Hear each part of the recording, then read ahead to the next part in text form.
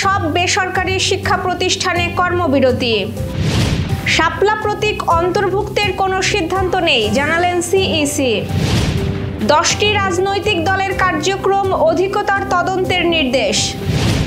ডিসেম্বরের মধ্যে 3 টার্মিনাল বিদেশিদের হাতে ছেড়ে দেওয়া হবে, বললেন নৌসচিব। চঞ্চল হত্যার প্রতিবাদে ও আসামিদের দৃষ্টান্তমূলক শাস্তির দাবিতে যশোরে মানববন্ধন। সীমান্তে তীব্র সংঘর্ষের পর আফগানিস্তানের সঙ্গে সীমান্ত বন্ধ করল পাকিস্তান। দর্শক, আমাদের রাতের আয়োজনে আপনাদের সাথে আছি আমি স্বপ্না দেবনাথ। শুনছিলেন প্রধান শিরোনাম। বিস্তারিততে যাওয়ার আগে আপডেট খবর পেতে গ্রামীণ কাগজের ইউটিউব চ্যানেল সাবস্ক্রাইব এবং ফেসবুক পেজ ফলো করে রাখুন। আন্দোলনকারী শিক্ষকদের ওপর লাঠিচার্জের প্রতিবাদে আগামীকাল সোমবার থেকে সারা দেশের সব বেসরকারি এমপিওভুক্ত শিক্ষা প্রতিষ্ঠানে অনির্দিষ্টকালের কর্মবিরতি কর্মসূচি শুরু করবেন শিক্ষকরা।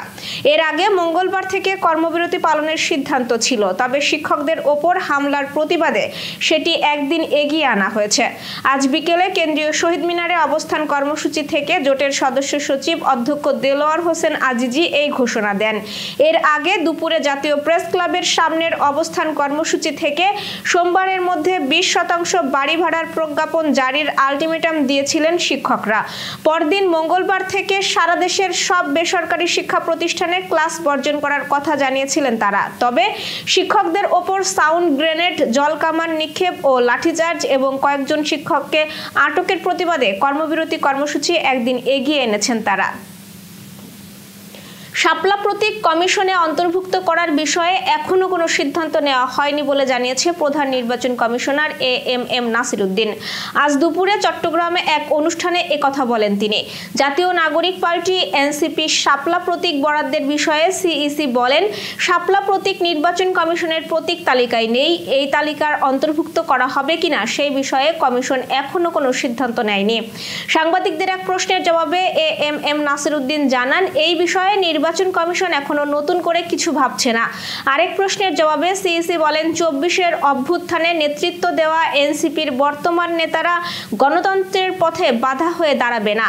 এর আগে ত্রয়োদশ জাতীয় সংসদ নির্বাচনের প্রস্তুতি বিষয়ে চট্টগ্রাম বিভাগের মাঠ প্রশাসন, আইন শৃঙ্খলা বাহিনী ও নির্বাচন সংশ্লিষ্ট কর্মকর্তাদের সঙ্গে বৈঠক করেন তিনি। জাতীয় সংসদ নির্বাচনে অংশ নিতে রাজনৈতিক দল হিসেবে নিবন্ধনের জন্য আবেদন করা 10টি দলের জেলা ও উপজেলা পর্যায়ের অস্তিত্ব ও কার্যক্রম অধিকতর তদন্তের সিদ্ধান্ত নিয়েছে নির্বাচন কমিশন। এরই পরিপ্রেক্ষিতে অঞ্চলভিত্তিক গঠন করা হয়েছে 10টি কমিটি। নির্বাচন কমিশনের প্রশাসনিক 10 অঞ্চলের ওই দলগুলোর কার্যক্রম নিয়ে তদন্ত হবে। এতে কোনো গড়মিল না পেলে নিবন্ধন দেওয়ার সিদ্ধান্ত নেওয়া হবে। ইসির জনবল ব্যবস্থাপনা শাখার সিনিয়র সহকারী সচিব নাজমুল কবিরের করা এই সংক্রান্ত চিঠি ইতোমধ্যেই সংশ্লিষ্টদের পাঠানো হয়েছে। এই দলগুলো হলো আমজনতার দল, বাংলাদেশ গণতান্ত্রিক party BGP, Bangladesh Samajtantrik Dal Marxbadi, Bangladesh justice and development party, Bhasani Janashakti party, Bangladesh বেকার মুক্তি পরিষদ, জনতার দল, মৌলিক বাংলা, জনতা পার্টি বাংলাদেশ এবং বাংলাদেশ আম জনগণ পার্টি। এই দলগুলোর জেলা ও উপজেলা পর্যায়ের অস্তিত্ব ও কার্যকারিতার বিষয়ে অধিকতর তদন্ত করার জন্য 10টি কমিটি গঠন করা হয়েছে। এক্ষেত্রে ফরিদপুর, ঢাকা, রংপুর, কুমিল্লা, রাজশাহী, চট্টগ্রাম, সিলেট, বরিশাল, খুলনা ও ময়মনসিংহ অঞ্চলের জন্য 3 সদস্য বিশিষ্ট কমিটিতে রাখা হয়েছে 30 জন কর্মকর্তাকে। চট্টগ্রাম বন্দরের এনসিটি, লালদিয়ার চর এবং ঢাকার কেরানীগঞ্জের পানগাঁও টার্মিনাল ডিসেম্বরের মধ্যেই বিদেশি অপারেটরদের হাতে ছেড়ে দেওয়া হবে বলে জানিয়েছেন নৌপরিবহন মন্ত্রণালয়ের সিনিয়র সচিব মোহাম্মদ ইউসুফ। তিনি বলেন, 3 টার্মিনালের মধ্যে পানগাঁও ছেড়ে দিতে কিছুটা সময় নেওয়া হবে। এছাড়াও new mooring container terminal NCT অক্টোবরের মধ্যে ছেড়ে দেওয়ার কথা ছিল, সেটারও কিছুটা সময় নেওয়া হচ্ছে। আজ রাজধানীর পুরানা পল্টনে ইকোনমিক রিপোর্টার্স ফোরাম আয়োজিত সমুদ্রগামী জাহাজ শিল্পে বিনিয়োগ সম্ভাবনা শীর্ষক এক সেমিনারে প্রধান অতিথির বক্তব্যে সচিব একথা বলেন। মোহাম্মদ ইউসুফ বলেন, আলোচনা শুরু হয়েছে চট্টগ্রাম বন্দর বিদেশি অপারেটরদের হাতে ছেড়ে দেওয়ার ক্ষেত্রে স্ট্র্যাটেজিক ইস্যু আছে, ভৌগোলিক ইস্যু আছে। আমরা মনে করি সেটা বড় কোনো বিষয় হবে না। শ্রীলঙ্কা, ভারত সহ বিভিন্ন দেশের বন্দরে বিদেশি অপারেটর কাজ করছে, সেখানে কোনো সমস্যা না হলে এখানে সমস্যা হবে কেন? এবার যশোর সহ আঞ্চলিক সংবাদ। যশোর সদর উপজেলার কাশিমপুর ইউনিয়নের ডাকাতিয়া গ্রামে প্রকাশ্যে চঞ্চল নামে এক যুবককে নৃশংসভাবে হত্যার প্রতিবাদে ও আসামিদের দৃষ্টান্তমূলক শাস্তির দাবিতে মানববন্ধন হয়েছে। আজ সকালে প্রেস ক্লাব যশোরের সামনে এই মানববন্ধন অনুষ্ঠিত হয়। এলাকাবাসীর উদ্যোগে ঘণ্টাব্যাপী এই মানববন্ধনে স্থানীয় জনপ্রতিনিধি, রাজনৈতিক নেতৃবৃন্দ, শিক্ষক, শিক্ষার্থী ও সর্বস্তরের মানুষ অংশগ্রহণ করেন। বক্তারা বলেন, অপরাধীরা যত প্রভাবশালী হোক না কেন, বিচার নিশ্চিত না হওয়া পর্যন্ত আন্দোলন চলবে। প্রশাসনের প্রতি দ্রুত আইনি পদক্ষেপ নেওয়ারও আহ্বান জানান এলাকাবাসী। যশোর পৌরসভার সাবেক চেয়ারম্যান ও জেলা বিএনপির সাবেক সহসভাপতি অ্যাডভোকেট আফসার আহমেদ সিদ্দিকীর স্মরণ সভা ও দোয়া অনুষ্ঠিত হয়েছে। আয়োজনে বক্তৃতা করেন বিএনপির ভাইস চেয়ারম্যান অধ্যাপক নার্গিস বেগম। পিআর পদ্ধতিতে জাতীয় নির্বাচন সহ 5 দফা দাবিতে ঢাকা সহ দেশের সব জেলা প্রশাসকের মাধ্যমে একযোগে প্রধান উপদেষ্টা বরাবর স্মারকলিপি দিয়েছে জামায়াতে ইসলামী। আজ যশোর জেলা প্রশাসকের মাধ্যমে জেলা জামায়াতের আমির অধ্যাপক গোলাম রসুল সহ অন্যান্য নেতৃবৃন্দ জেলা প্রশাসক আজাহারুল ইসলামের নিকট স্মারকলিপি প্রদান করেন। এদিকে জাতীয় সংসদ নির্বাচন আয়োজন সহ 5 দফা দাবিতে বাংলাদেশ জামায়াতে ইসলামী 3য় দফায় আরও 2 দিনের কর্মসূচি ঘোষণা করেছে। সন্ধ্যায় জামায়াতের কেন্দ্রীয় প্রচার বিভাগ থেকে পাঠানো এক বিবৃতিতে এই তথ্য জানানো হয়। দলের সেক্রেটারি জেনারেল মিয়া গোলাম পরোয়ার নতুন এই কর্মসূচি ঘোষণা করেন। কর্মসূচিগুলো হলো 14 অক্টোবর মঙ্গলবার রাজধানী ঢাকা সহ দেশের সকল বিভাগীয় শহরে মানববন্ধন এবং 15 অক্টোবর বুধবার দেশের সব জেলা শহরে মানববন্ধন।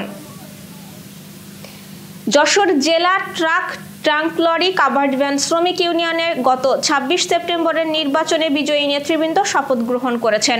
প্রতিনিধি জাকির হোসেন হৃদয় জানিয়েছেন, নোয়াপাড়া ফেরিঘাট সংলগ্ন কার্যালয়ে এই শপথ অনুষ্ঠানে উপস্থিত ছিলেন নির্বাচন পরিচালনা পর্ষদের চেয়ারম্যান, থানা বিএনপির সভাপতি ফারাজি মতিয়ার রহমান, সহকারী কমিশনার পৌর বিএনপির সভাপতি আবু নঈম মোড়ল, সাধারণ সম্পাদক রেজাউল করিম মোল্লা, থানা বিএনপির সাংগঠনিক সম্পাদক কামাল হোসেন সহ অন্যরা। Renaissance hospital and diagnostic centre. রেনেসাতেই মিলছে কম খরচে উন্নত সেবা, তাই নিশ্চিন্তে আমাদের সেবা নিন, সুস্থ থাকুন। Renaissance hospital and diagnostic centre, সদর হাসপাতাল মোড়, দরাটানা, যশোর। দর্শক, শেষ করব আন্তর্জাতিক সংবাদ দিয়ে। আফগানিস্তানের সঙ্গে সশস্ত্র সংঘর্ষের জেরে চরম উত্তেজনার মধ্যে সীমান্ত বন্ধ করে দিয়েছে পাকিস্তান। আজ পাকিস্তানের কর্মকর্তারা বিষয়টি নিশ্চিত করেছেন বলে জানিয়েছে আন্তর্জাতিক সংবাদ সংস্থা রয়টার্স। স্থানীয় প্রশাসনের একাধিক সূত্রের বরাতে জানা গেছে, পাকিস্তান আফগানিস্তানের সঙ্গে 2টি প্রধান সীমান্ত পথ তোরখাম ও চামান সম্পূর্ণভাবে বন্ধ করে দিয়েছে। এছাড়া খারলাচি, আঙ্গুর আড্ডা এবং গুলাম খান নামের আরও 3টি ছোট সীমান্ত পথও বন্ধ ঘোষণা করা হয়েছে। এই সিদ্ধান্তের ফলে 2 দেশের মধ্যে মানবিক ও বাণিজ্যিক যোগাযোগ কার্যত স্থবির হয়ে পড়েছে।